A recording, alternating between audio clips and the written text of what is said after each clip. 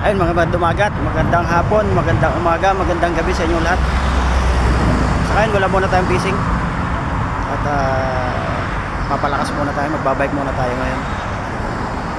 Malakas kasi ang hangin pag mag-fishing ngayon eh. Baka bukas na lang na umaga or sa susunod na mga araw. So gagawin natin muna ay magbabike. Chill-chill lang naman tayo kasi gusto natin magkaroon ng cardio sa sarili, pawisan ko.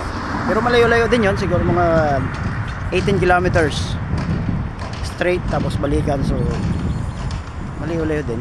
So simula tayo dito sa sa kilometer 0. Natawag na kilometer 0. Ayan, yan. Ayan. So dito tayo magsisimula.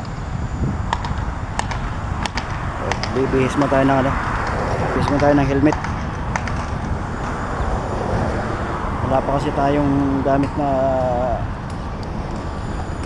GoPro, kaya muna tayo, cellphone muna.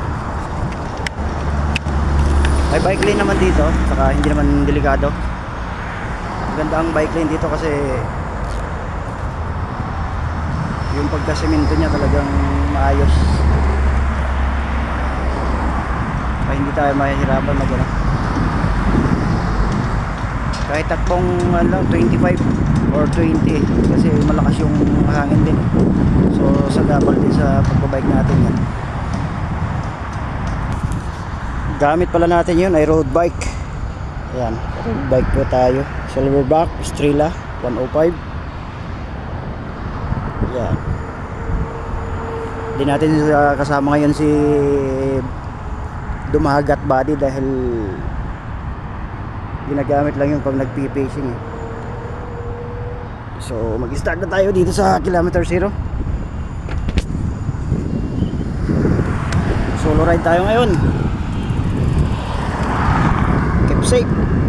Takbong 20 lang, 20-25. And guys, nakarating na rin tayo. Yan, dead end na siya. Layo dun yun. Oh, mayroon pa dun, pero pabalik na ako.